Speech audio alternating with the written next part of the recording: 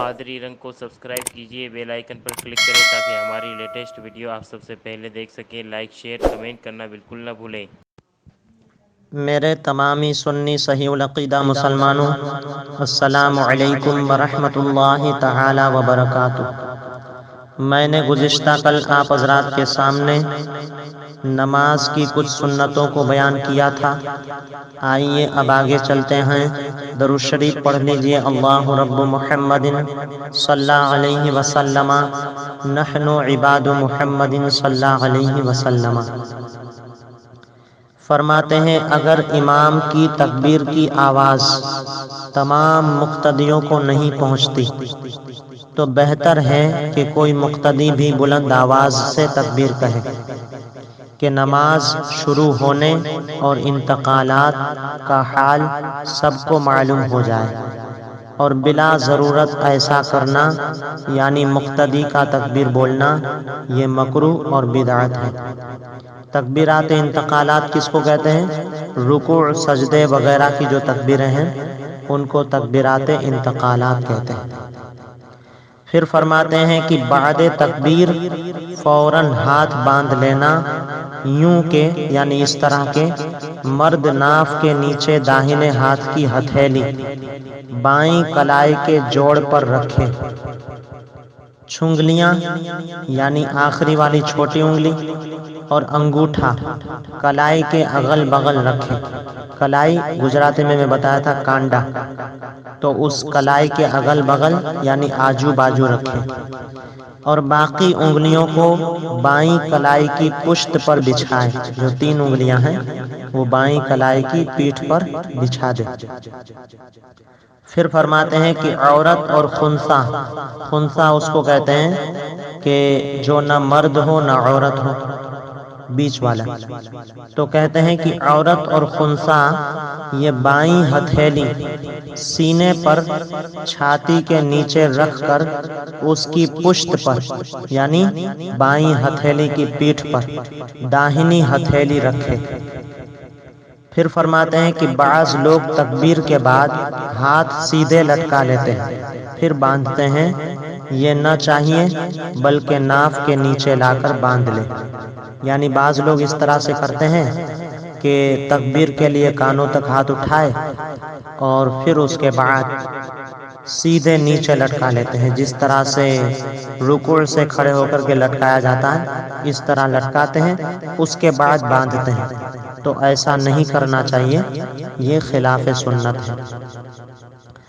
پھر فرماتے ہیں کہ ثناء اور تعوذ یعنی اعوذ باللہ من الشیطان الرجیم اور تسمیہ یعنی بسم اللہ الرحمن الرحیم اور آمین کہنا اور ان سب کا آہستہ ہونا یہ بھی سنت ہے۔ پھر فرماتے ہیں کہ پہلے ثنا پڑھیں، پھر تعوذ یعنی اعوذ باللہ من الشیطان الرجیم، پھر تسمیہ یعنی بسم اللہ الرحمن الرحیم، یہ بھی سنت ہے کہ یہ لائن سے ہے۔ پھر فرماتے ہیں کہ اور ہر ایک کے بعد دوسرے کو فوراً پڑھیں، وقفہ نہ کریں۔ پھر فرماتے ہیں کہ تحریمہ کے بعد فوراً ثنا پڑھیں، یعنی تکبیر تحریمہ باندھنے کے بعد، تکبیر تحریمہ کہنے کے بعد جب ہاتھ باندھیں گے تو اس کے بعد ثنا پڑھیں فوراً، اور ثنا میں وجل ثناؤ کا غیر جنازہ میں نہ پڑھیں، یعنی جنازہ کے علاوہ وجل ثناؤ کا نہ بڑھائے، ہے نا۔ اور دیگر اذکار جو احادیث میں وارد ہیں یعنی ذکر وغیرہ وہ سب نفل کے لیے ہیں۔ مطلب یہ ہے کہ جنازے کے لیے ثنا پڑھنے میں لفظ وجل ثناؤ کا کو بڑھا دیا جاتا ہے، تو جب نماز کے لیے ثنا پڑھیں تو وجل ثناؤ کا یہ نہ پڑھیں، اور باقی دوسرے ذکر وغیرہ جو احادیث میں آئے ہیں تو وہ سب نفل نماز میں پڑھے جاتے ہیں یا نفل نماز کے لیے ہیں۔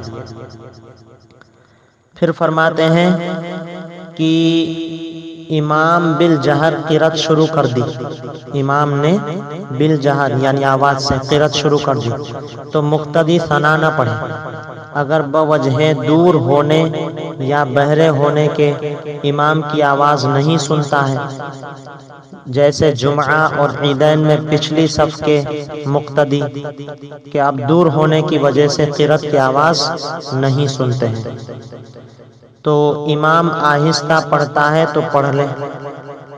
امام اگر آہستہ پڑھتا ہے قرأت تو ایسی صورت میں پڑھ لے۔ پھر فرماتے ہیں کہ ثنا تعوذ پڑھنا بھول گیا اور قرأت شروع کر دی تو اب اس کا اعادہ نہ کرے، یعنی پھر سے ثنا وغیرہ نہ پڑھے، اور ان کا محل ہی فوت ہو گیا، یعنی وہ اس کی جگہ تھی وہ چلی گئی۔ یوں ہی اگر ثنا پڑھنا بھول گیا اور تعوذ شروع کر دیا تو ثنا کا اعادہ نہ کرے، یعنی ثنا نہ پڑھا، بھول کر کے ڈائریکٹ اعوذ باللہ من الشیطان الرجیم پڑھنا شروع کر دیا تو ایسی صورت میں ثنا کو بھی دوبارہ لوٹانا ضروری نہیں ہے۔ پھر فرماتے ہیں کہ رکوع میں 3 بار سبحان ربی العظیم کہنا، یہ بھی سنت ہے، اور گھٹنوں کو ہاتھ سے پکڑنا، یہ بھی سنت ہے۔ پھر فرماتے ہیں انگلیاں خوب کھلی رکھنا رکوع میں، یہ حکم مردوں کے لیے ہے، اور عورتوں کے لیے سنت یہ ہے کہ گھٹنوں پر ہاتھ رکھنا اور انگلیاں کشادہ نہ کرنا، کھلی ہوئی نہ رکھنا، یہ عورتوں کے لیے سنت ہے۔ آج کل اکثر مرد رکوع میں محض ہاتھ رکھ دیتے ہیں اور انگلیاں ملا کر کے رکھتے ہیں، تو یہ خلاف سنت ہے۔ پھر فرماتے ہیں کہ حالت رکوع میں ٹانگیں سیدھی ہونا، یعنی پیر جو ہیں وہ بالکل سیدھے ہو جائیں۔ اکثر لوگ کمان کی طرح ٹیڑھی کر لیتے ہیں، تیر کی جو کمان ہوتی ہے نا گول، تو اس کی طرح سے تھوڑی ٹیڑھی کر لیتے ہیں۔ گجراتی میں کہتے ہیں واکی واڑو، واکو واڑو ہے نا، تو اس طرح سے واکی کر لیتے ہیں، تو یہ مکروہ ہے۔ پھر فرماتے ہیں کہ رکوع کے لیے اللہ اکبر کہنا، یہ بھی سنت ہے، اور یہ مسئلہ میں بتا چکا تھا، پھر سے دہرا لیتے ہیں کہ اگر جس کی دعا ادا نہ ہوتی ہو، اللہ سبحان ربی العظیم میں جو دعا ہے وہ ادا نہ کر سکتا ہو، تو اب اس کی جگہ پر سبحان ربی الکریم کہے، ہے نا۔ پھر فرماتے ہیں کہ ہر تکبیر میں اللہ اکبر کے رے کو جزم کے ساتھ پڑھیں، اللہ اکبر پڑھیں، اکبرو نہیں، پیش نہ پڑھیں۔